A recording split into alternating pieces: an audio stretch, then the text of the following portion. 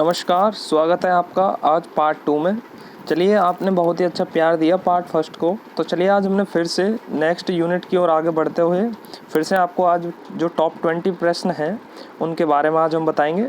चलिए पहले प्रश्न की शुरुआत करते हैं। वह बल जो सदैव वस्तु की गति की दिशा के विपरीत होता है। 4 ऑप्शन आपको दिए गए हैं: अभिकेंद्रीय बल, विद्युत बल, घर्षण बल या चुंबकीय बल। तो बता देते हैं हम, ये जो बल है वह बल है घर्षण बल। ठीक है, घर्षण बल के बारे में थोड़ी सी जानकारी दे देते हैं। संपर्क में रखी दो वस्तुओं के मध्य एक प्रकार का बल कार्य करता है जो गति करने में वस्तु का विरोध करता है। यह बल ही घर्षण बल कहलाता है। इसकी दिशा सदैव वस्तु की गति की दिशा के विपरीत होती है। ठीक है, तो ये इसकी डेफिनेशन है और ये इसका एग्जाम्पल है। चलिए बढ़ते हैं अगले प्रश्न की ओर। किस बल के कारण मनुष्य सीधा खड़ा रह पाता है और चल पाता है? ये एक एग्जाम्पल है इन 4 ऑप्शन में से: अभिकेंद्रीय बल, घर्षण बल, विद्युत बल, चुंबकीय बल। आपको बताना है सही उत्तर जो है वो है घर्षण बल। ठीक है, इसका जो आंसर है वो घर्षण बल है। इसके कुछ और भी एग्जाम्पल हैं। घर्षण बल न होने पर हम केले के छिलके तथा बरसात में चिकनी सड़क पर फिसल जाते हैं। यदि सड़कों पर घर्षण न हो तो पहिए फिसलने लगते हैं। यदि पट्टे तथा पुली के बीच घर्षण न हो तो पट्टा मोटर के पहिए पर नहीं घूम सकेगा। ठीक है, ये और थोड़े से इसके एग्जाम्पल हैं। क्वेश्चन नंबर 3 है, वृत्ताकार पथ में केंद्र की ओर लगने वाले बल को क्या कहते हैं? 4 ऑप्शन आपको दिए गए हैं, इनमें से आपको बताना है।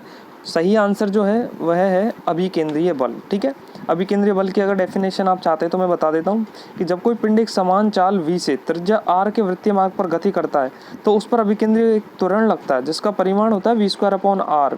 परंतु त्वरण की जो दिशा होती है वो लगातार बदलती रहती है और त्वरण की दिशा सदैव वृत्त के केंद्र की ओर होती है। अब अगर न्यूटन के द्वितीय नियम के अनुसार किसी पिंड में त्वरण उत्पन्न करने के लिए त्वरण की दिशा में बल लगाया जाता है। अतः हम कह सकते हैं कि कण की जो वृत्तीय गति बनाए रखने के लिए वृत्त के केंद्र की ओर एक बल आवश्यक होता है। इस प्रकार वृत्ताकार पथ में केंद्र की ओर लगने वाले बल को अभिकेंद्रीय बल कहते हैं। ठीक है, इसकी थोड़ी सी जानकारी देते हैं कि इस बल के अभाव में वस्तु वृत्ताकार मार्ग पर चल नहीं सकती। ठीक है, तो ये भी आपको याद रखना है कि कौन सा ऐसा बल है जिसके कारण वस्तु वृत्ताकार मार्ग पर चल नहीं सकती और अंदर की ओर जो बल लगता है उसे क्या कहते हैं।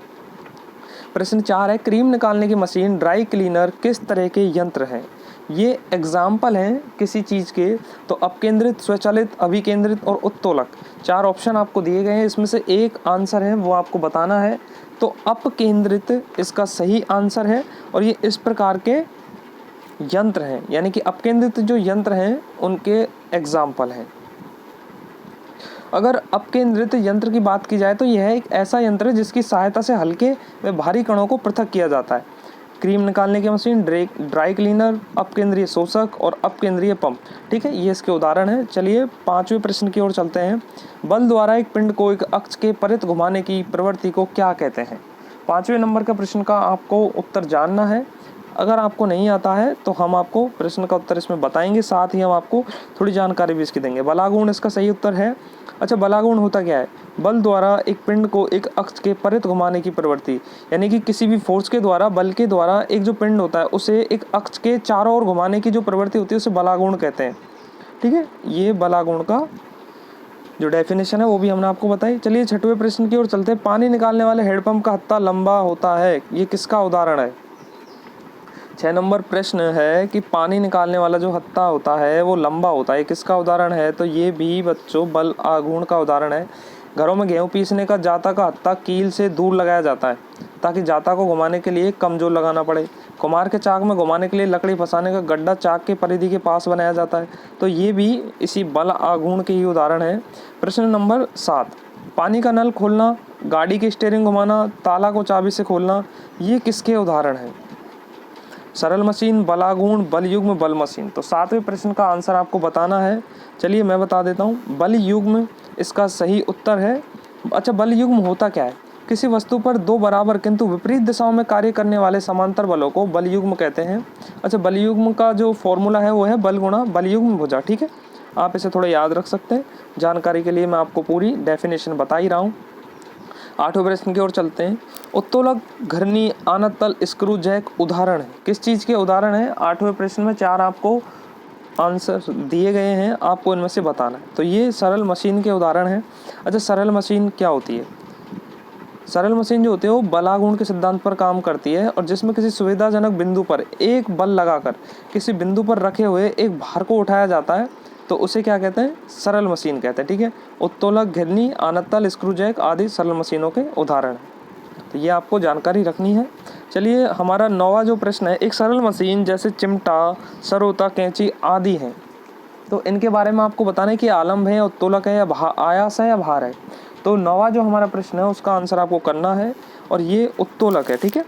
उत्तोलक एक सरल मशीन है, आपको ये भी थोड़ी सी जानकारी रखनी है। अच्छा, उत्तोलक होते क्या है? उत्तोलक सीधी या टेढ़ी छड़ होती है जो किसी निश्चित बिंदु के चारों ओर स्वतंत्रता पूर्वक घूम सकती है। उत्तोलक में आलम्ब, आयास एवं भार नामक 3 मुख्य बिंदु होते हैं, ठीक है। 10वां प्रश्न जो है, किसी वस्तु का वह बिंदु जहाँ वस्तु का समस्त भार कार्य करता है, ये कहाँ लिखा गया है? जहाँ है गुरुत्व केंद्र, गुरुत्वाकर्षण केंद्र, आलम्ब केंद्र या केंद्रक। 10वां प्रश्न है, इसका सही आंसर है गुरुत्व केंद्र, ठीक है।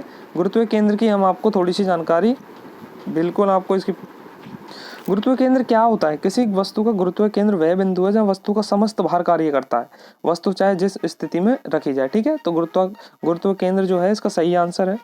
प्रश्न 11 है, कार्य बराबर होता है, यानी कि कार्य का फॉर्मूला ही पूछा गया है। तो बल गुणा बल की दिशा में विस्थापन, बल गुणा समय, बल गुणा भुजा, बल गुणा गुरुत्व केंद्र। तो सही आंसर है बल गुणा बल की दिशा में विस्थापन, ठीक है, ये इसका सही आंसर है। चलिए चलते हैं प्रश्न 12 की तरफ। अगर आप थोड़ा जानना चाहते हैं इसके बारे में, बल के बारे में, तो ये भी हम आपको बता देते हैं कि जो कार्य होता है ना वो बल गुणा बल की दिशा में विस्थापन होता है। अच्छा, एक नॉर्मली मैं बता देता हूँ, दैनिक जीवन में जो कार्य करते हैं ना, किसी कार्य का किया जाना है, जैसे हम पढ़ते हैं, लिखते हैं, गाड़ी चलाते हैं, ठीक है। परंतु भौतिकी में यानी फिजिक्स में कार्य जो शब्द का जो विशेष अर्थ है, अतः भौतिकी में हम कार्य को एक तरह से परिभाषित करेंगे कि कार्य की माप लगाए गए बल तथा बल की दिशा में वस्तु के विस्थापन के गुणनफल के बराबर होती है। तो भौतिकी में कार्य और एक सामान्य भाषा में कार्य अलग अलग चीज़ है, ठीक है। एक अश्व शक्ति किसके बराबर होती है? यहाँ पे एक अश्व शक्ति का मान आपसे पूछा गया है, 1000 वाट, 546 वाट, 746 वाट या 766 वाट। 12वें प्रश्न का आपको उत्तर करना है 746 वाट इसका सही आंसर है। और ये प्रश्न आप जानते होंगे, कार्य करने की जो दर होती है उसे शक्ति कहते हैं, ये भी आप जानते होंगे। 1 वाट बराबर होता है 1 जूल प्रति सेकंड या 1 न्यूटन मीटर प्रति सेकंड, ठीक है। अश्व शक्ति क्या होती है? हॉर्स पावर, इसे थोड़ा अंग्रेजी में बोलते हैं, ठीक है। तो आपको थोड़ी जानकारी रखनी है। अच्छा, गतिज ऊर्जा होती है, गतिज ऊर्जा का सूत्र बताना है आपको। Kinetic energy equal to 1/2 mv, kinetic energy 1/2 गुणा m2v, काइनेटिक एनर्जी बराबर 1/2 इंटू mg, या kinetic energy equal to 1/2 into m into v square. सही फॉर्मूला चारों में से आपको बताना है। चलिए हम आपको बता देते हैं कि जो गतिज ऊर्जा है उसका सही फॉर्मूला है 1/2 mv², और सही फॉर्मूला ये है, ठीक है। तो गतिज ऊर्जा क्या होती है? गतिज ऊर्जा का अगर परिभाषा आपको जाननी है तो परिभाषा बता देते हैं कि किसी वस्तु में गति के कारण जो कार्य करने की क्षमता आ जाती है उसे वस्तु की गतिज ऊर्जा कहते हैं, ठीक है।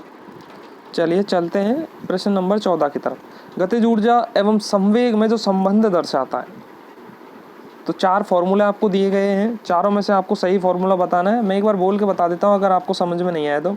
Kinetic energy equal to P/2m, kinetic energy P/4m, kinetic energy P/2mv, या kinetic energy equal to P²/2m, ठीक है। 4 ऑप्शन आपको दिए गए हैं, सही आंसर मैं आपको बता देता हूँ कि kinetic energy equal to P²/2m, ठीक है, ये सही आंसर है। चलिए बढ़ते हैं अगले प्रश्न की ओर। बांध बनाकर इकट्ठा किए गए पानी की ऊर्जा को क्या कहते हैं? बांध बनाकर जो हम पानी इकट्ठा करते हैं उसे क्या कहते हैं? तो 15 प्रश्न में है स्थितिज ऊर्जा, चालन ऊर्जा, शक्ति या गतिज ऊर्जा। 15 प्रश्न का आंसर आपको बताना है। और अब मैं आपको बता देता हूँ कि इसे स्थितिज ऊर्जा कहते हैं। ये थोड़ा लिखा हुआ ऐसा है, स्थितिज सही ढंग से नहीं लिखा है। ऊर्जा की परिभाषा हम आपको बता देते हैं स्थितिज ऊर्जा की, ठीक है। किसी वस्तु में उसकी अवस्था या स्थिति के कारण कार्य करने की क्षमता को स्थितिज ऊर्जा कहते हैं। इसके एग्जाम्पल है बांध बनाकर इकट्ठा किए गए पानी की ऊर्जा, घड़ी में चाबी में संचित ऊर्जा, तनी हुई स्प्रिंग या कमानी की ऊर्जा, या गुरुत्व बल के विरुद्ध संचित स्थितिज ऊर्जा। इसका जो व्यंजक होता है वो होता है P/E बराबर mgh। m जहाँ द्रव्यमान है, g गुरुत्व जनित त्वरण है और h ऊंचाई, ठीक है। थोड़ा सा मैं आपको बना के बता देता हूँ कि इसका जो व्यंजक है वो P.E बराबर mgh, ठीक है, ये इसका फॉर्मूला होता है। चलिए बढ़ते हैं अगले प्रश्न की ओर। 16 प्रश्न है, माइक्रोफोन ऊर्जा का रूपांतरण करता है। आपने ये पढ़े होंगे, नहीं पढ़े हैं तो कोई बात नहीं, मैं बता देता हूँ। 4 ऑप्शन आपको दिए गए हैं। माइक्रोफोन ध्वनि ऊर्जा को विद्युत ऊर्जा में परिवर्तित करता है, ठीक है, ध्वनि ऊर्जा को विद्युत ऊर्जा में परिवर्तित करता है। सितार ऊर्जा का रूपांतरण करता है, यानी कि सितार जो है कौन सी ऊर्जा का किस में रूपांतरण करता है? तो सितार यांत्रिक ऊर्जा को ध्वनि ऊर्जा में, यांत्रिक ऊर्जा को ध्वनि में। ये दो ऑप्शन एक जैसे दिए गए हैं तो दोनों ही ठीक है। विद्युत सेल ऊर्जा का रूपांतरण करता है रासायनिक ऊर्जा को विद्युत ऊर्जा में, ठीक है। तो ये इसका सही आंसर है, रासायनिक ऊर्जा को विद्युत ऊर्जा में। डायनामो ऊर्जा का रूपांतरण करता है, डायनामो आपने पढ़ा होगा, नीचे ऑप्शन आपको दिए गए, यांत्रिक ऊर्जा को विद्युत ऊर्जा में। ये इसका सही आंसर है, यांत्रिक ऊर्जा को विद्युत ऊर्जा में। सूर्य के केंद्र का तापमान कितना होता है?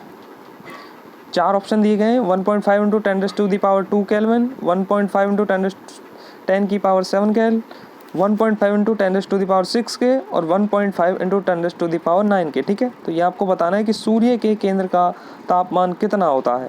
तो सूर्य के केंद्र का जो तापमान है 1.5 × 10⁻7 के होता है, ठीक है।